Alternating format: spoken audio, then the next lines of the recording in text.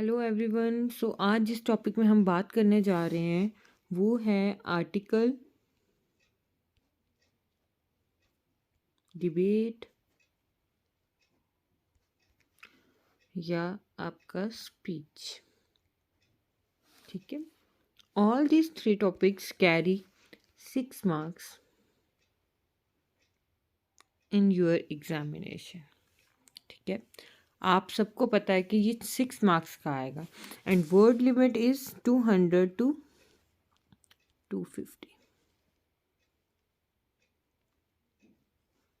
ठीक है, तो अब आपने इनको अटेम्प्ट कैसे करना है, इन तीनों का फॉर्मेट कैसे रहता है, क्या डिफरेंस आता है, उन तीनों के ऊपर हम क्या करेंगे, बात करेंगे।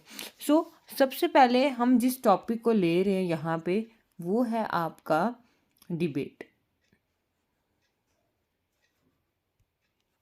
ठीक है, मैं ट्राई करूँगी कि आपको ये तीनों टॉपिक्स बहुत अच्छे से समझ आ जाए, क्योंकि इनको लिखना एक अलग चीज़ है पर इनको लिखना कैसे है ये एक अलग चीज़ है। ठीक है, आप सोच रहे होगे कि ऐसे राइटिंग की तरह कोई टॉपिक होगा उसके ऊपर हमने बात करनी है, नहीं, इसके अलावा भी कुछ वे होता है इसको लिखने का और इसको डिस्कस करने का। तो सबसे पहले हम बात करते हैं डिबेट राइटिंग की। ये आप सबको पता है कि ये एक फॉर्मल डिस्कशन है। क्या है? Formal discussion.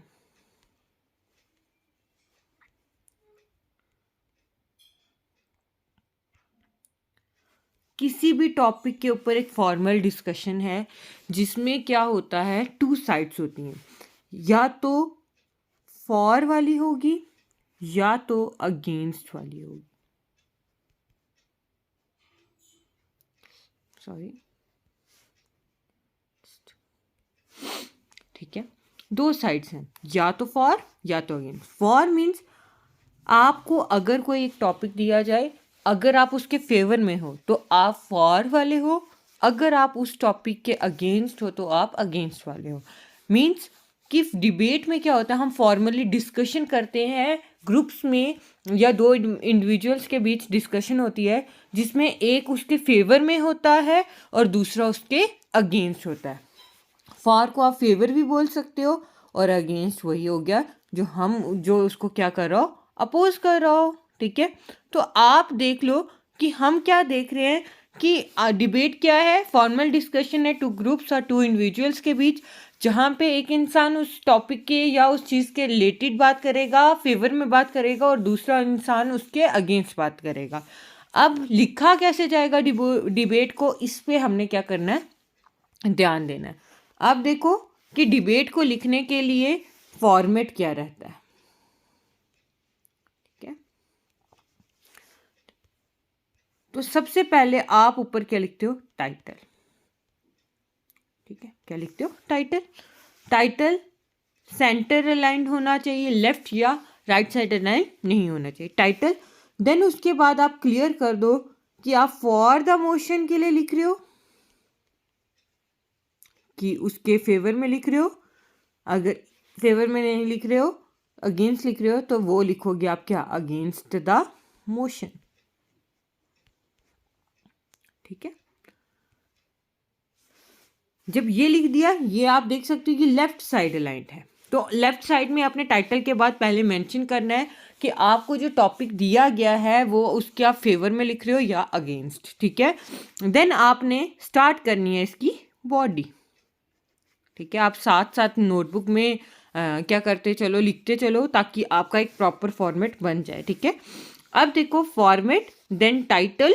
टाइटल के बाद जो फॉर्मेट में क्या है, टाइटल सबसे पहले लिखेंगे, देन फॉर द मोशन और अगेंस्ट द मोशन किसके रिलेटेड आप लिख रहे हो वो सबसे पहले हम शो करेंगे। देन आ जाएंगे हम किस में, बॉडी में। अब देखो बॉडी में हम क्या करेंगे, बॉडी को हम डिवाइड करते हैं 4 पैराग्राफ्स में। किसमें, 4 पैराग्राफ्स में। Paragraph 1 talks about introduction. Somewhat ना ये लेटर टाइप का आपको लगेगा। पैराग्राफ 2 प्रॉब्लम जो आप रेज कर रहे हो, ठीक है, या जिसके बारे में बात कर रहे हो। पैराग्राफ 3 सोल्यूशन, किसी चीज़ के ऊपर अगर आपने बात की तो आपका ये फ़र्ज़ बनता है कि आप उस चीज़ का सल्यूशन भी लोगों तक पहुंचाओ अपनी डिबेट के थ्रू। Paragraph 4 conclusion. तो आपकी डिबेट डिवाइड होती है किसमें? 4 पैराग्राफ में। Paragraph 1, 2, 3 and 4। ठीक है, अब देखो कि फर्स्ट में आपने इंट्रोडक्शन देनी है। जैसे आप देते हो दैट आई एम, कोई भी नाम ले सकते हो, ठीक है, अंकुर या अंकिता, ठीक है, and I am talking about on this topic, ठीक है, और in the favour of this topic और in the against of this topic. Just इतनी सी इंट्रोडक्शन। देन आप जो बात करने जा रहे हो आप उसकी प्रॉब्लम को डिस्कस करोगे। स्टार्ट डिबेट हमेशा आपका जो पॉइंट होता है वो ऐसा होना चाहिए जो आपकी बात को मतलब स्ट्रॉन्ग वे से क्या करे, प्रूव कर सके। इट मीन्स आपने सबसे पहले आपका जो स्ट्रॉन्ग पॉइंट है उसको क्या करना है, डिस्कस। देन आप अपने वीक पॉइंट्स पे आना। ठीक है, आप जब स्ट्रॉन्ग पॉइंट से शुरू करोगे तो ऑटोमेटिकली आपके जो पॉइंट्स है वो चलते जाएंगे। देन एक और चीज़ याद रखना, अपने पॉइंट्स को पहले से इकट्ठा करके रखो ताकि आपको बाद में लिखते हुए प्रॉब्लम ना हो। ग्रामर जो होती है उसको भी क्या किया जाता है, मैटर किया जाता है। तो लिखने के बाद आपने अपनी ग्रामर को भी चेक करना है कि कहीं जो आपने लिखा है उसमें कहीं ग्रामेटिकली कोई मिस्टेक तो नहीं है। ठीक है, तो इन बातों का भी आपको ध्यान में रखना है। तो आप देन प्रॉब्लम डिस्कस करने के बाद आप क्या करोगे कि सल्यूशन क्या है। अगर किसी बात पे हम बात करते हैं तो हमारे दिमाग में हमेशा एक सल्यूशन रहता है कि हाँ अगर ये चीज़ है तो हम इस चीज़ को ओवरकम कैसे करें और कैसे ये ओवरकम हो सकता है। तो आप उस चीज़ को भी क्या कर सकते हो, डिस्कस कर सकते हो। ठीक है, अब जब आप डिस्कस कर देते हो उसके बाद आप उसको लास्ट में क्या कर देना, कंक्लूड कर देना। ठीक है, तो ये होती है हमारी डिबेट की बॉडी की डिवीज़न। ठीक है, तो जब पैराग्राफ्स वगैरह लिख दिया तो हम इसको एंड कैसे करते हैं, हम लास्ट में क्या लिखते हैं, सिंपल थैंक यू। ठीक है, डिबेट के लास्ट में हमेशा हम क्या लिखते हैं, थैंक यू। इसके अलावा कुछ नहीं। अपनी इंट्रोडक्शन हमने इंट्रोडक्शन में ही दे देनी है। ठीक है, और सिंपल नेम बताना है। पर्सनली कोई भी इंफॉर्मेशन आपको नहीं देनी। आपने जो टॉपिक है, अगर आप फेवर में लिख रहे हो, ये बात याद रखना, अगर आप फेवर में बोल रहे हो तो आप फेवर में ही बोलोगे। अगर आप अगेंस्ट बोल रहे हो, ठीक है, तो अब आप अगेंस्ट ही बोलोगे। ये ना हो कि आपने जो राइटिंग की है उसमें क्या हुआ कि आपने फेवर वाले पॉइंट्स भी डाल दिए और अगेंस्ट वाले भी। तो ऐसा डिबेट में नहीं होता है। तो ये रहता है आपका डिबेट का फॉर्मेट। ठीक है, देन हम बात करते हैं किसकी, स्पीच की। ठीक है, स्पीच भी एक फॉर्मल डिस्कशन है किसी भी टॉपिक के ऊपर। ठीक है, या डायरेक्ट हम जिसमें किसमें बात करते हैं, अपने ऑडियंस से बात करते हैं। हमारी टोन, हमारा स्टाइल, हम इसमें अपने मतलब बात करने का तरीका, हर एक चीज़ को कन्वे करते हैं, अपने आइडिया को, स्पेशली अपने आइडिया को क्या करते हैं, लोगों तक पहुंचाते हैं। ठीक है, उसको हम क्या बोलते हैं, स्पीच। अब स्पीच को हम कैसे लिखते हैं इसके ऊपर हम बात करेंगे। ठीक है, आपको ये समझ आ गया होगा कि पैराग्राफ में क्या लिखना है और डिबेट में क्या लिखना है। ठीक है, अब देखो स्पीच का फॉर्मेट हमेशा शुरू होता है टाइटल से। इसके टॉप में भी क्या लिखा जाता है, टाइटल। ठीक है, देन हम क्या करते हैं, इसके बाद ग्रीटिंग्स देते हैं जैसे हमने उसमें दी। पर इसमें आप कभी भी याद रखना कि जैसे हमने वहाँ for the motion against the motion लिखा था वो हम नहीं लिखते हैं। हम क्या करेंगे, डायरेक्टली लिखना शुरू करेंगे, इंट्रोडक्शन से शुरू करना। ठीक है, टाइटल के बाद देन अपने जो पॉइंट ऑफ व्यूज़ हैं उनको पैराग्राफ की फॉर्म में लिखना। अब स्पीच में हम लास्ट में क्या लिखते हैं, स्पीच